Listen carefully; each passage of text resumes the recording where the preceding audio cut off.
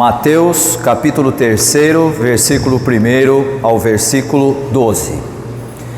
Naqueles dias apareceu João Batista pregando no deserto da Judéia. Ele dizia: arrependam-se, pois o reino dos céus está próximo. Este é aquele que foi anunciado pelo profeta Isaías: voz do que clama no deserto, preparem o caminho para o Senhor, endireitem as veredas para ele.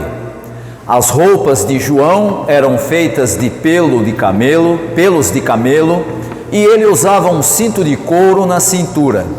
O seu alimento eram gafanhotos e mel silvestre. Pessoas de Jerusalém, de toda a Judéia e de toda a região ao redor do Jordão iam até ele. Quando confessavam os seus pecados, eram batizados por ele no rio Jordão. No entanto, quando João viu que muitos fariseus e saduceus vinham para onde ele estava batizando, disse-lhes: raça de víboras, quem deu a vocês a ideia de fugir da ira que virá? Deem frutos que mostrem arrependimento.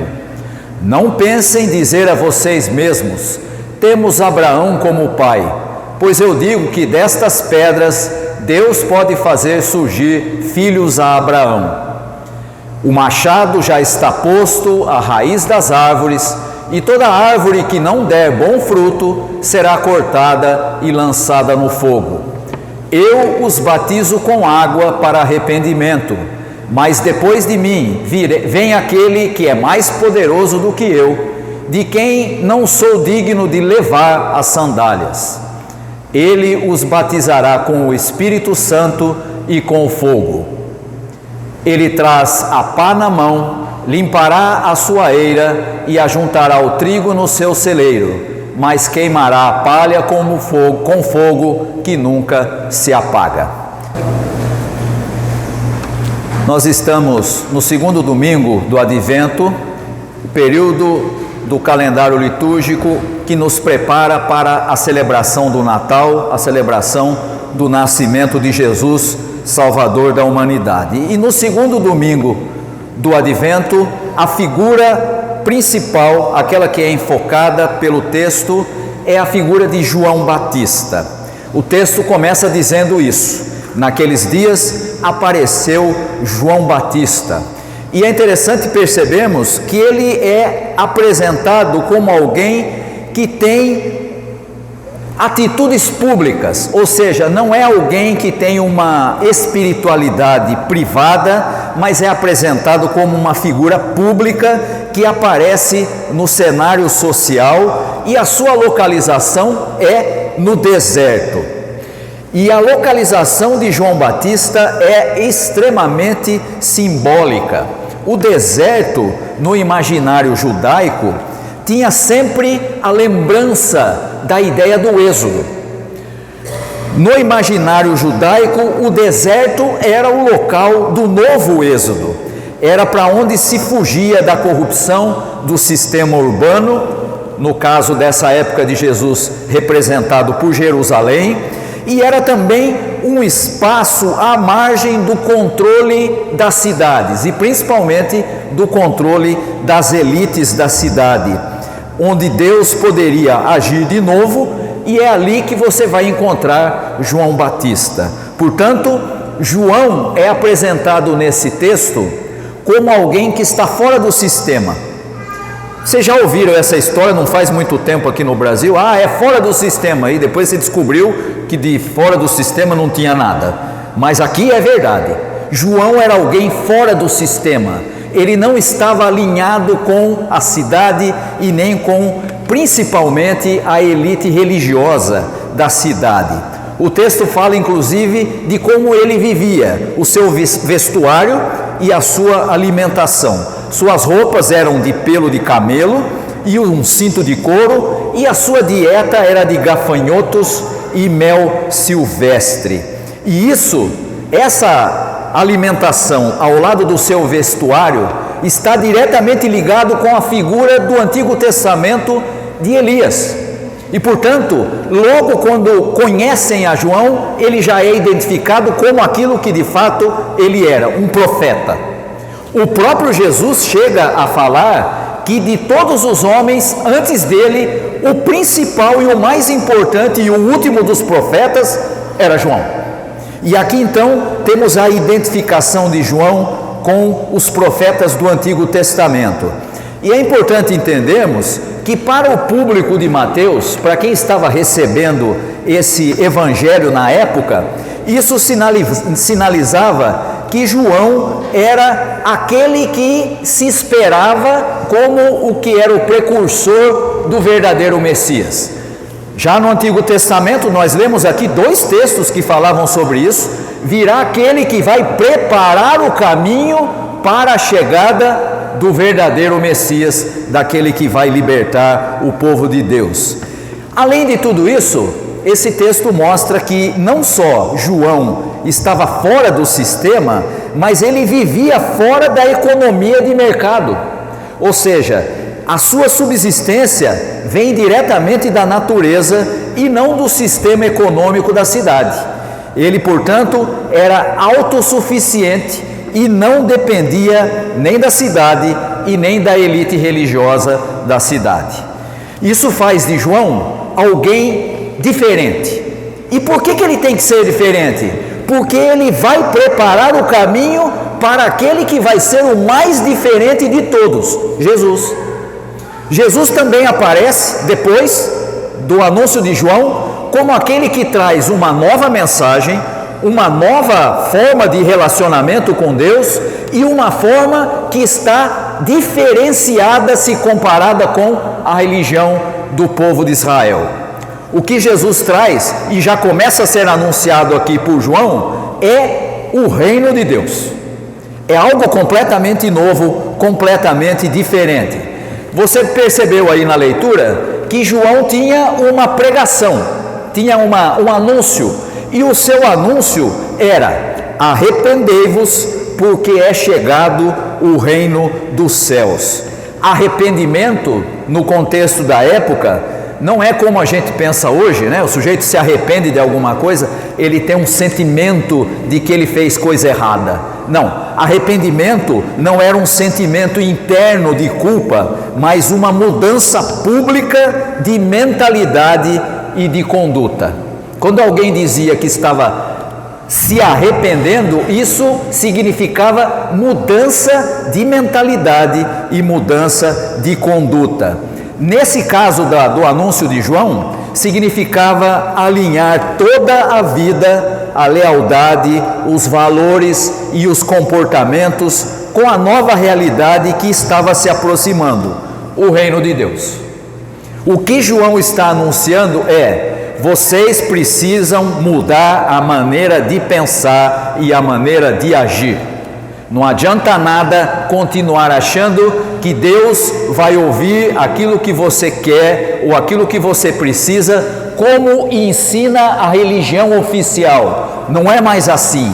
Agora está chegando o reino dos céus, é a expressão que aparece em Mateus. E reino dos céus é uma declaração extremamente política. Para a gente hoje, a gente diz assim: reino de Deus, reino dos céus, tá, muito bem, isso tem a ver com igreja. Mas na época, na cultura judaica, na situação em que eles viviam, você falar em reino dos céus ou reino de Deus, isso significava anunciar um reino que era um ato de desafio ao reino de Roma, que era quem mandava em Israel. E também uma forma de afronta ao poder de Herodes, Herodes era um tipo de centrão da época, tá? O Herodes era assim: quem que está mandando aqui? É o Império Romano, então o que eu faço? Estou do lado dele. O Herodes era desse jeito, ele se beneficiava das coisas do Império Romano. E agora vem João e diz assim: olha, vocês precisam mudar de mentalidade, mudar de atitude, porque o que está chegando é o reino dos céus, não esse que você está acostumado, não é o reino de Roma, e nem sequer o de Herodes, que está junto com Roma. Pelo contrário, essa declaração era a declaração de que Deus estava para assumir o controle de tudo. Você imagina você dizer isso num lugar que tem dono, num lugar que tem gente que manda e que você não pode ser contra quem manda? Não muito diferente do que acontece hoje, mas imagine qual é a situação. E aí o texto vai mostrar como essa situação de anúncio de João Batista acaba sempre gerando reações. Quem é que chega para onde eles estão ali no deserto? Chegam os fariseus e os saduceus, religiosos, pessoas ligadas à religião oficial de Israel. E você vai perceber que João não saúda essas pessoas. Ele não diz: oh, sejam bem-vindos vocês aí que são lá do templo e tudo mais, dedicados à lei, venham aqui, faça parte do nosso grupo. Não, não, não. Sabe o que João fala sobre eles? Você acompanhou a leitura? Raça de víboras. Você já imaginou o sujeito no meio do deserto, pregando algo que é contrário a quem manda, a quem dirige, a quem é a autoridade religiosa e a autoridade política, e quando chegam os representantes dessa religião, ele chama de raça de víboras. E isso era um ataque direto à honra daqueles religiosos. O que João está fazendo aqui é identificar as elites religiosas da época como parte de um sistema que oprimia as pessoas e que explorava as pessoas. Imagine você fazer isso numa situação como aquela. Os fariseus e os saduceus representavam a estrutura de poder que colaborava com Roma e que oprimia o povo. E agora eles vêm até onde João está, e João está ali batizando as pessoas que se arrependem, não para se unir ao movimento que João estava iniciando, mas para ver se eles conseguiam controlar a ameaça que João representava para a posição deles. Vamos lá para ver como é que ele age? Vamos ver se a gente consegue segurá-lo, porque o que ele está ensinando aí, o que ele está falando, a gente não tem muito interesse nisso não. E você vai perceber que João não só os chama de raça de víboras, mas ele diz: ah, vocês vieram aqui? Muito bem, sabe o que vocês têm que fazer? Vocês precisam produzir frutos dignos de arrependimento. Isso significa que o arrependimento, aquele que eu falei há poucos minutos atrás, devia ser validado publicamente por frutos. Na sociedade da época, as ações visíveis era o que contava. Não era apenas uma intenção, e nem mesmo o rito do batismo que eles podiam lá pedir para ser batizado. Isso não serve. Sabe o que demonstra que o sujeito se arrependeu? A sua forma de agir. E aí você começa a entender por que a pregação do arrependimento exigia mudança de mentalidade e de comportamento. Não adianta nada você dizer que se arrependeu e continuar agindo do mesmo jeito. E aí então João vai dizer: vocês devem produzir frutos dignos de arrependimento. Era necessária para aqueles religiosos uma mudança que pudesse ser observada no seu comportamento social. Ou seja, provavelmente eles deveriam praticar aquilo que os seguidores de Jesus vão fazer, como partilha de bens, prática da justiça, rejeição da exploração econômica, como a gente vai encontrar lá no capítulo 3 de Lucas, que é paralelo com esse texto. E aí então você vai encontrar finalmente João Batista apontando para aquele que ele veio preparar o caminho. Ele diz: vem aí alguém mais forte do que eu, mais poderoso do que eu, e ele não vai fazer como eu estou fazendo aqui, porque enquanto eu estou aqui batizando com água, ele vai batizar com fogo. E essa expressão traz aqui dois aspectos importantes. Primeiro é que, já pensando que aqueles religiosos podiam ter uma desculpa, você sabe como é que é religioso, né? Cada vez que se aperta alguém que se diz muito religioso e crente, e um sujeito assim muito dedicado, né? Cada vez que se aperta, ele sempre tem um jeito de dar uma desculpa para dizer que ele não é como deveria ser, mas ele se defende. E já João, prevendo isso, ele diz assim: olha, não vem com essa conversa de que vocês são descendentes de Abraão. Não vem com essa desculpa que vocês são descendentes de Abraão, porque Deus pode levantar descendentes de Abraão até dessas pedras aqui do deserto. Então, João já deixa claro o seguinte: olha, eu estou apontando para aquele que é mais poderoso do que eu, mas não se iluda, o que ele vai trazer é uma nova forma de relação com Deus, que não depende mais da sua herança genética. Não adianta ser filho de Abraão, não adianta ser judeu, não adianta ser coisa nenhuma. Agora você precisa dos frutos do arrependimento. E se você encontrar depois Jesus anunciando, quando você vai ver Jesus começando o seu ministério, você viu como é que ele começa? Ele começa dizendo: arrependei-vos e crede no Evangelho. Ué, mas espera aí, Jesus começou com a mesma ideia? Sim. João começa falando do arrependimento como mudança de mentalidade. Jesus vem e diz: arrependam-se e creiam na nova mensagem, que é a mensagem do Evangelho. Quem já teve a oportunidade aqui de ler o chamado Sermão do Monte ou da Montanha, Mateus 5, 6 e 7, vai encontrar Jesus dizendo de maneira explícita. Ele diz assim: vocês ouviram o que foi dito aos antigos: não matarás, não adulterarás, não julgarás. E eu, porém, vos digo. Peraí, ele acaba de dizer, você viu como vocês sabiam? Agora a coisa mudou, porque agora chegou o reino de Deus, agora as coisas são de outra forma. Não é a continuidade da obediência à lei, não é a continuidade da herança genética do povo de Israel. Agora é a fé, agora é o compromisso, agora é o arrependimento e a fé no Evangelho.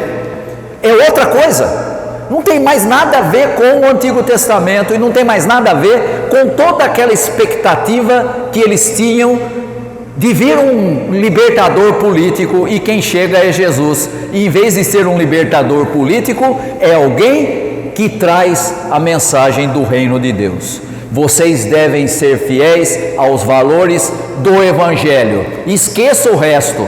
Não importa de quem seja a sua família, de qual seja a sua herança familiar. Ele, Jesus, o mais poderoso, batizará com o Espírito Santo e com fogo. E aqui o fogo não é o fogo purificador, mas é o fogo destrutivo. Ou seja, ele é o fogo destinado à palha que aparece no texto. Quem são a palha? Os opressores, exatamente aqueles que estavam se beneficiando da situação em Israel, seja Roma, seja Herodes, seja todo aquele pessoal religioso que dava sustentação para isso.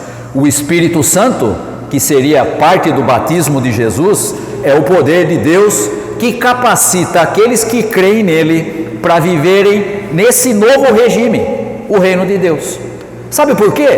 Porque na época eles não eram capazes, e hoje nós continuamos na mesma situação. Nós não somos capazes de viver o tempo todo em obediência ao reino de Deus. Como é que a gente consegue se manter nele? Não é porque a gente é bonzinho, nem inteligentezinho e nem melhorzinho do que quem não crê. Sabe por quê? Porque Deus, pela sua misericórdia, deu a todo que crê o batismo com o Espírito Santo. E por isso você pertence à família de Deus. Não é você, não é a sua fidelidade, não é porque você não falta às atividades da igreja, não é porque você contribui na igreja, não é porque você participa de tudo o que programam, mas é porque Deus o capacita por meio do Espírito Santo. Nós podemos então olhar para esse texto de Mateus capítulo 3 e perceber que não é uma história sobre conversão individual apenas, mas é um manifesto social e até político, até de forma meio revolucionária. João é um profeta que opera à margem do sistema de poder. A sua mensagem é um desafio público àquela estrutura de honra das elites religiosas, que aqui aparecem como os fariseus e os saduceus. E ele expõe essa estrutura como ilegítima. O arrependimento que ele prega é um chamado para uma mudança não só individual, mas de todo o sistema. Abandonar os valores do mundo, no caso do mundo imperial romano, e também das elites judaicas, e adotar os valores do reino de Deus que estava por vir. Portanto, o batismo de João é um rito de passagem que marca a saída de um sistema social corrupto e a entrada em um novo grupo de seguidores que aguardava a intervenção de Deus para julgar os opressores e estabelecer a sua justiça. Esse é o reino de Deus. É isso que a igreja precisa viver. É isso que ela precisa se comprometer a seguir. O Evangelho que nós recebemos de Jesus Cristo. E o mundo continua como sempre foi, com seus valores, com seus interesses, com a sua forma de dizer como você deve viver. E se você realmente quiser participar do reino de Deus, você sempre estará como alguém fora do sistema. Não porque você vive fora da realidade e nem fora da sociedade, mas os seus valores jamais serão iguais a de um sistema que é contra o reino de Deus. Que Deus possa abençoar aos irmãos e às irmãs e que nós possamos perceber no anúncio de João, aquele que prepara o caminho de Jesus, o início daquilo que o próprio Jesus vai ensinar. Nós fomos chamados para participar desse reino. Os valores são outros, os compromissos são outros, a mentalidade é outra. É isso que se espera de quem segue a Jesus. Que Deus nos abençoe. Amém.